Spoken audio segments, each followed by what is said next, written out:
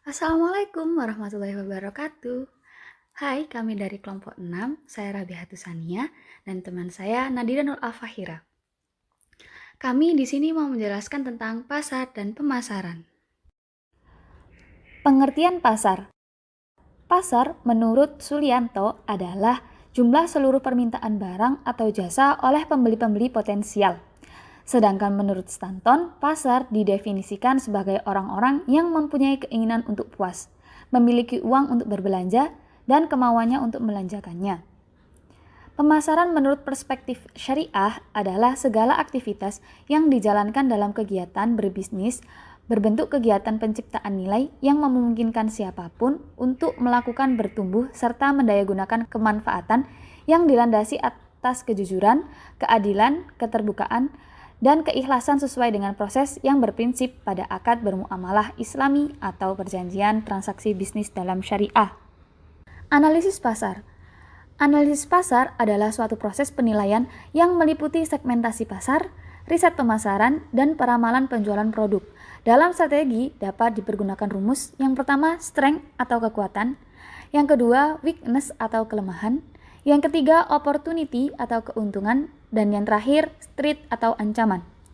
Analisis ini juga biasa disebut dengan analisis SWOT. Strategi pemasaran. Strategi pemasaran adalah tujuan dan sasaran, kebijakan serta aturan yang memberikan arah kepada usaha-usaha pemasaran dari waktu ke waktu pada masing-masing tingkat serta lokasinya. Strategi pemasaran secara umum terdiri dari 3 tahapan, yaitu yang pertama segmenting atau segmentasi pasar, merupakan kegiatan membagi-bagi pasar yang bersifat heterogen dari suatu produk ke dalam satuan-satuan pasar yang bersifat homogen. Yang kedua yaitu targeting, atau penetapan sasaran pemasaran. Adalah pemilihan pasar sasaran dari kumpulan pembeli dengan kebutuhan atau karakteristik serupa yang akan dilayani perusahaan. Yang terakhir adalah positioning atau penetapan posisi pasar. Adalah tindakan merancang penawaran dan citra perusahaan sehingga menempati suatu posisi kompetitif yang berarti dan berada dalam benak pelanggan sasarannya. Bauran pemasaran atau marketing mix. Perusahaan juga menerapkan bauran pemasaran karena dalam menarik konsumen, perusahaan juga harus memperhatikan keinginan konsumen. Seperti produk yang dihasilkan oleh perusahaan merupakan keinginan konsumen, bukan berarti keinginan perusahaan untuk membuat produk tersebut. Berikut variabel-variabel bauran pemasaran. 1. Ada produk. Produk adalah suatu yang bisa ditawarkan di pasar untuk mendapatkan perhatian, pembelian, pemakaian, atau konsumsi yang dapat memenuhi keinginan atau kebutuhan. Produk dapat berupa barang ataupun jasa yang ditawarkan oleh pelaku pasar. Yang kedua yaitu harga. Harga adalah sejumlah uang dan atau barang yang dibutuhkan untuk mendapatkan kombinasi dari barang lain yang disertai dengan pencarian jasa. Yang ketiga yaitu promosi. Tanpa promosi, berkemungkinan besar para nasabah tidak akan mengenal produk yang ditawarkan. Promosi merupakan kegiatan untuk memperkenalkan produk sekaligus mempublikasikan produk yang diciptakan. Yang keempat yaitu tempat.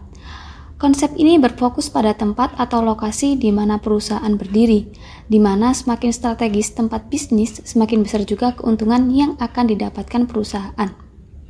Yang kelima adalah orang. Kegiatan pemasaran tidak akan mencapai sasaran apabila tidak ditunjang petugas pelaksana yang berkualitas dan profesional. Itu sebabnya searah dengan semakin ketatnya persaingan di pasaran. Unsur-unsur suatu pasar meliputi yang pertama konsumen, bisa orang atau industri atau bisnis. Pasar produk atau jasa adalah konsumen langsung, orang atau dunia industri yang memanfaatkannya langsung. Yang kedua yaitu daya beli.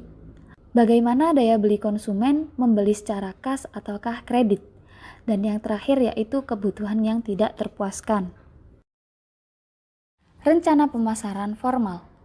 Rencana pemasaran formal mencakup analisis pasar, yakni mengidentifikasi masalah-masalah profil riwayat konsumen, ramalan penjualan, persaingan, dan strategi pemasaran. Pemasaran ekspor. Jika produk Anda memiliki keunggulan dari sudut kualitas maupun harga, maka sebaiknya memikirkan untuk melakukan pemasaran ekspor. Menurut Ecopin, sebaiknya mempertimbangkan beberapa hal berikut. 1. Mempertimbangkan adanya persaingan yang ketat dari pengusaha-pengusaha di negara tujuan, khususnya negara industri maju dan negara berkembang lainnya. 2. Adanya perbedaan selera dan kebutuhan suatu negara dengan negara lain. Yang ketiga, hal-hal yang berkaitan dengan pembuatan daftar bacaan, promosi dalam satu hal atau berbagai bahasa. Keempat, pertimbangkan dalam melakukan ekspor adalah adanya sistem distribusi yang dapat diterima. Jika pengusaha tidak mampu menghasilkan produk dalam volume besar, lebih baik produk tersebut diekspor melalui tempat-tempat perdagangan yang lebih berpengalaman dalam komunitas ekspor dan impor. Satu kunci sukses perencanaan strategis adalah apresiasi di pasar. Proses identifikasi pasar menurut Hisrich perlu menganalisis data melalui area berikut. Yang pertama, karakteristik pasar. A. Ukuran pasar dan tingkat pertumbuhan. B. Tingkat pengembangan. C. Tingkat siklus hidup produk dan tingkat kejenuhan. D. Karakteristik perilaku konsumen. Dan E. Faktor-faktor sosial budaya. Yang kedua yaitu lingkungan fisik industri marketing. A. Sistem distribusi. B. Media komunikasi. C. Pelayanan marketing. Yang ketiga, kondisi industri. A. Ukuran persaingan dan praktik. B. Pengembangan teknikal. Semoga apa yang kita sampaikan tadi bisa bermanfaat ya buat kalian. Terima kasih.